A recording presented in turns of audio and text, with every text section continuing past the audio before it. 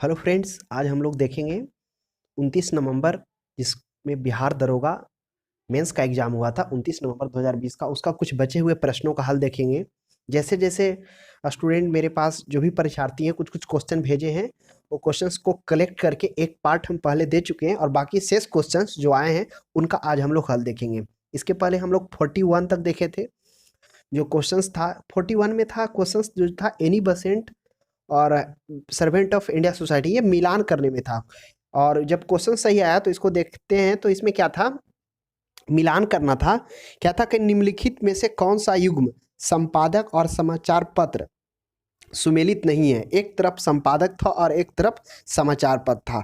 एक में थे राजा राम मोहन राय, उसके सामने था संवाद कुमैदी, और बी में था ईश्वर चंद्र विद्यासागर, उसके सामने सोम प्रकाश था। यानी दूसरे में सूची 2 में, सूची 1 में था मोतीलाल घोष, सामने में था अमृत बाजार पत्रिका, और डी था any Besant servants of India. तो इसमें पूछ रहा था कौन सा युग्म सुमेलित नहीं है। तो राजा राम मोहन राय के समाचार पत्र संवाद कुमैदी सही है। ईश्वर चंद्र विद्यासागर से सोम प्रकाश, वह भी सही है। मोतीलाल घोष जिसके समाचार पत्र के अमृत बाजार पत्रिका, यह भी सही है। जो एनी बसेंट है वह सर्वेंट ऑफ इंडिया को उनके द्वारा नहीं लिखा गया है। सर्वेंट्स ऑफ इंडिया जो है गोपाल कृष्ण गोखले के द्वारा गया। तो ये ऑप्शन डी गलत होगा, जिसमें एनी बसेंट के सामने सर्वेंट्स ऑफ इंडिया है। ये एनी बसेंट यहाँ पे नहीं होना चाहिए, यहाँ पे होना चाहिए गोपाल कृष्ण गोखले होना चाहिए। अब अगला क्वेश्चन है 42 में, भाषीय आधार पर, जिसका हम लोग देख लिए थे कि 1956 में लाया गया था सबसे पहला राज्य। 1953 में आंध्र प्रदेश गठित किया गया था। सबसे अंतिम राज्य जो बना भी नवीनतम तेलंगाना था। और 43 में देखेंगे 43 है परिहार, यानी परिहार से रिलेटेड एक क्वेश्चन था जिसका आंसर परिहार था। तो परिहार होता है क्या, इसका इंग्लिश होता है रिमिशन।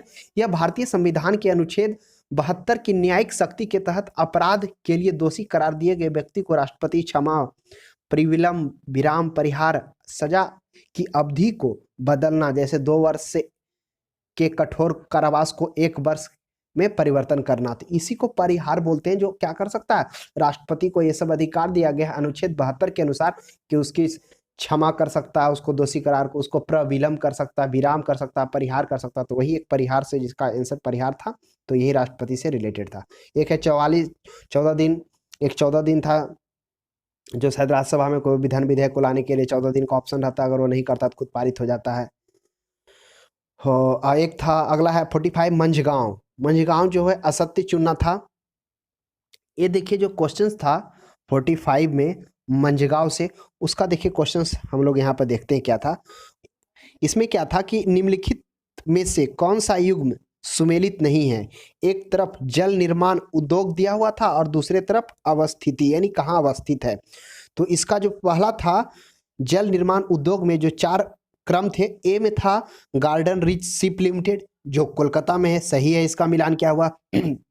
दूसरा था गोवा शिपयार्ड लिमिटेड जो बास्कोडी गामा में अवस्थित, यह भी सही है।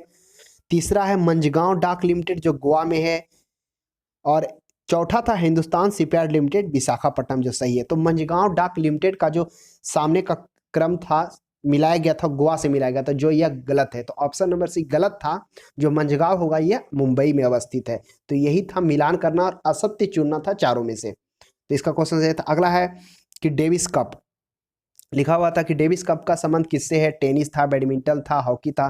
तो इसका जो डेविस कप का संबंध टेनिस से हो जाएगा। तो इस प्रकार से और भी कप हैं जो ध्यान में रखेंगे, जो हम आपको बार बार बोल रहे हैं कि जितने भी सेट को अगर हम पहले देखें 10-11 सेट में जो पूछा गया कोई ना कोई कप पूछा जा रहा है। तो कुछ को हम रिवीजन कर लेते हैं।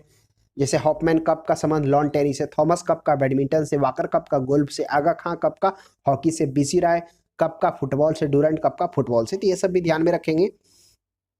अगला क्वेश्चन है मेघालय। ये क्वेश्चन क्या था कि गारो शायद था, गारो जो पहाड़ियां हैं वो कहाँ स्थित है। तो उसका आंसर था मेघालय था। हम लोग जानते हैं कि गारो, खासी, जयंतियाँ, ये सब जो पहाड़ियां हैं वो कहाँ अवस्थित है, ये सभी मेघालय में अवस्थित है। और वहाँ पे इस तरह की जनजाति भी पाई जाती हैं। अगला देखेंगे 48 में, देखेंगे क्या था, पातशाह नामा का संबंध हामिद लाहौरी से था। ये पातशाह नामा कौन था। पातशाह नामा एक मुगल कालीन ऐतिहासिक कृति है। पातशाह नामा को मुगल बादशाह शाहजहां के शासनकाल का प्रामाणिक इतिहास माना जाता है। इसमें शाहजहां का संपूर्ण वृत्तांत लिखा हुआ है, जिसकी रचना अब्दुल हमीद लाहौरी ने की थी। तो पातशाहनामा में किनका वर्णन है? शाहजहां के, मुगल बादशाह का, और इसके जो लिखे थे अब्दुल हमीद लाहौरी। इसी से संबंधित क्वेश्चन था। और एक है 49 में तटीय सीमा था। तो भारत में बात की जाए तटीय सीमा से, उसका आंसर 9 था कि तटीय सीमा कितना है, तो 9। भारत में टोटल 9 तटीय सीमा है। कौन कौन है? गुजरात से स्टार्ट करेंगे, गुजरात, महाराष्ट्र, गोवा, कर्नाटक, केरल, तमिलनाडु, आंध्र प्रदेश, उड़ीसा, वेस्ट बंगाल, और 4 केंद्र शासित प्रदेश भी है जो तटीय सीमा लगाता है, पादुचेरी, लक्षद्वीप, अंडमान निकोबार एंड दमन और दीप। ये चारों याद रखेंगे। तो टोटल अगर बात की जाए कि कुल जो तटीय सीमा है वह कितना क्षेत्रफल कवर करता है, 6100 किलोमीटर। अगर केंद्र शासित को मिला दिया जाए, जो 4 गो अन्य केंद्र शासित प्रदेश जो तटीय क्षेत्र हैं, तो टोटल हो जाएगा 7516 किलोमीटर। तो इस प्रकार से टोटल तटीय सीमा कितना है? 7516 मीटर। यह भी ध्यान में रखेंगे। एक क्वेश्चन था लेंज का नियम। लेंज का नियम से रिलेटेड था, उसका आंसर था लेंज का नियम। तो उसमें क्वेश्चंस में साफ दिया हुआ था कि क्वेश्चन था कि प्रेरित विद्युत वाहक बल का परिमाण चुंबकीय फ्लक्स के समय, चुंबकीय फ्लक्स, फिर से एक बार, प्रेरित विद्युत वाहक बल का परिणाम चुंबकीय फ्लक्स में समय के साथ होने वाले परिवर्तन के दर के बराबर होता है। यह कथन किसका है? ऑप्शन था स्थिर वैद्युतिक के गैस के नियम का, बी ऑप्शन था लेंज के नियम का, ती था फैराडे के विद्युत चुंबकीय प्रेरण के नियम का, डी था स्थिर चुंबकीय हाउस के नियम का। तो इसका जो आंसर होगा लेंज का नियम। लेंज का नियम क्या कहता है? लेंज के नियमानुसार होता है प्रेरित धारा की दिशा सदा ऐसी होती है जो उस कारण का विरोध करती है जिससे वह स्वयं उत्पन्न होती है। तो इस नियम का प्रतिपादन 1883 ईस्वी में लिरिक लेंज के द्वारा किया गया था। तो यही लेंज का परिभाषा ही लिखा हुआ है, और जिसका आंसर क्या होगा? लेंज का नियम होगा। तो इसका ऑप्शन नंबर बी सही था। अगला क्वेश्चन था पारा। ये था कि मिनीमाता रोग किससे होता है? पारा से होता है, पानी में अधिकता के कारण होता है। ये जापान में सबसे पहले मिला था, जहाँ का प्रदूषित हो गया था पारा से, तो वहाँ मछलियों को देखने में मिला था। अगला 52 है प्रकाश विद्युत उत्सर्जन। ये क्वेश्चंस क्या था? प्रकाश विद्युत उत्सर्जन। तो ये जो क्वेश्चंस था सर था, ये क्या होता है कि जब प्रकाश किसी धातु पर पड़ता है तो उस धातु से इलेक्ट्रॉन उत्सर्जित होने लगता है, जिससे प्रकाश विद्युत उत्सर्जन कहते हैं। तो क्वेश्चन शायद यही था कि जब प्रकाश किसी धातु पर पड़ता है तो उससे इलेक्ट्रॉन का उत्सर्जित होता है, तो उसे क्या कहते हैं? तो ऑप्शन में था और भी नाम दिया हुआ था, तो जिसका अंदर था प्रकाश विद्युत उत्सर्जन, तो उसे प्रकाश विद्युत उत्सर्जन कहते हैं। और इसके फलस्वरूप प्रकाश विद्युत उत्सर्जन से प्राप्त धारा को विद्युत धारा कहते हैं, और इस घटना को प्रकाश विद्युत प्रभाव कहते हैं। तो ध्यान में रखेंगे कि प्रकाश विद्युत उत्सर्जन क्या था। आगे है, अब इसके बाद की जाए इसका कुछ थोड़ा जान लेते हैं कि जे टॉमसन ने सबसे पहले 1898 में बताया था कि धातु पर प्रकाश पड़ने से इलेक्ट्रॉन निकलता है। सिद्ध किया था 1900 ईस्वी में लेनार्ड किया था, ये भी ध्यान में रखेंगे। एक था प्रतिभा पलायन। ये प्रतिभा पलायन एक ऐसा है जो मतलब एक देश से दूसरे देश के प्रतिभाशाली और कुशल व्यक्तियों के बसने का वर्णन के लिए किया जाता है। एक था गलनांक बढ़ता। एक गलनांक से क्वेश्चन नहीं था, गलनांक बढ़ता नहीं था, वहां पर घटता आंसर होगा।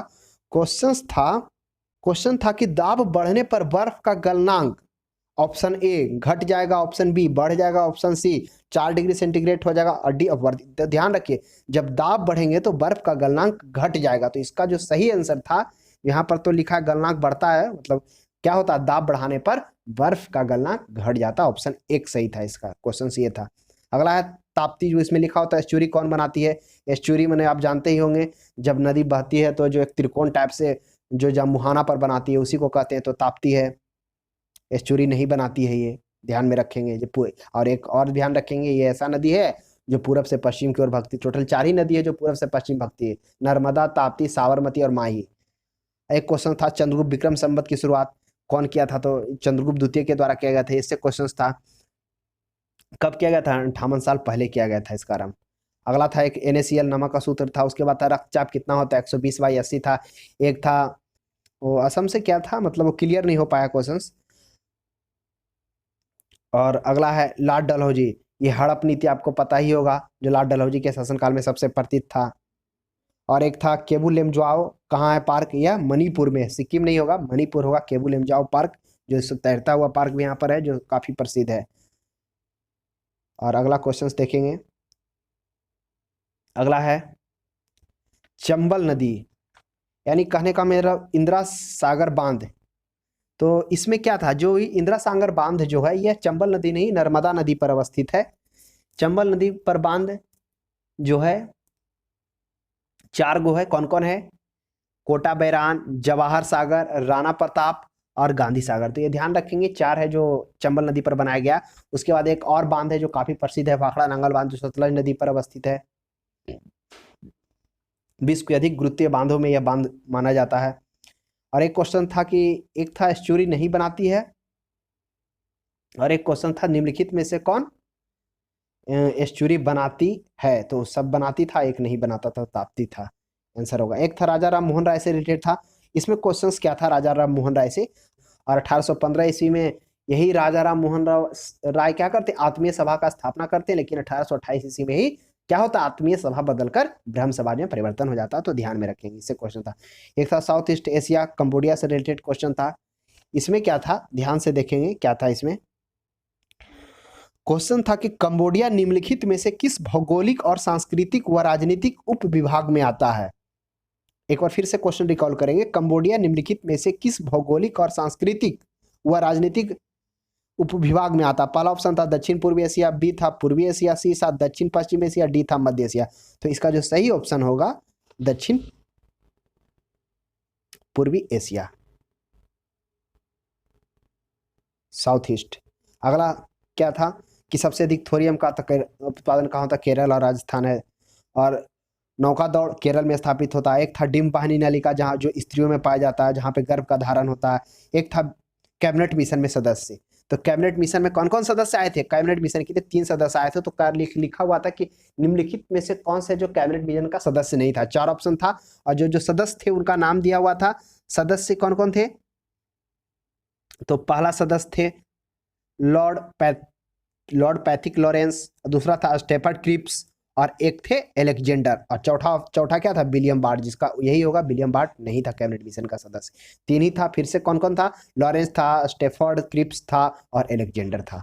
एक है अल्फा 20, किससे संबंधित था, ऑप्शन था विषाणु था, कवक था, और 4 ऑप्शन था। तो ये जो इसका आंसर हो जाएगा कवक से हो जाएगा। ये खासकर जो अल्फा 20 है यह विषाक्त पदार्थ है, जो मक्का, मूंगफली, कपास जैसे फसलों में पाए जाने वाला ये फंगस द्वारा उत्पादित होता है, ये भी ध्यान में रखेंगे। और एक क्वेश्चन था जिसका आंसर था पूर्व पाषाण। क्वेश्चन क्या था कि पॉलिशदार पाषाण उपकरण किस युग की विशेषता है। फिर से रिकॉल करेंगे, पॉलिशदार पाषाण उपकरण किस युग की विशेषता। ऑप्शन ए था पूरा पाषाण, बी था पूर्व पाषाण, सी था मध्य पाषाण, डी था नव पाषाण। तो इसका जो आंसर होगा पॉलिशदार पाषाण। आप इसका कमेंट में बताएंगे कि पॉलिशदार पाषाण उपकरण किस युग से संबंधित था। ऑप्शन बता दिए, पहला था पूरा पाषाण, बी था पूर्व पूरा पाषाण, तीसरा था मध्य पाषाण और चौथा था नव पाषाण। और एक क्वेश्चन और था, एक क्वेश्चन था माइटोकॉन्ड्रिया से रिलेटेड था कि हाँ न्यूक्लियस के बाहर डीएनए कहाँ मिलता है, तो माइटोकॉन्ड्रिया में होता है। यही सब क्वेश्चन था। तो इस तरह से हम लोग जितना भी लगभग क्वेश्चंस जो आया, मतलब कुछ हद तक जितना भी क्वेश्चन आया हम लोग देख लिए। इस तरह से जो दरोगा मेंस में पूछे गए क्वेश्चन उसका हम लोग यहाँ पे हल देख लिए। यह जो क्वेश्चंस है आने वाला जो आगामी परीक्षा है उसका कुछ आपको आइडिया मिल जाएगा कि किस तरह के क्वेश्चंस पूछा जा रहा है। तो अब हम लोग मिलते हैं नेक्स्ट क्लास में नेक्स्ट सीरीज के साथ।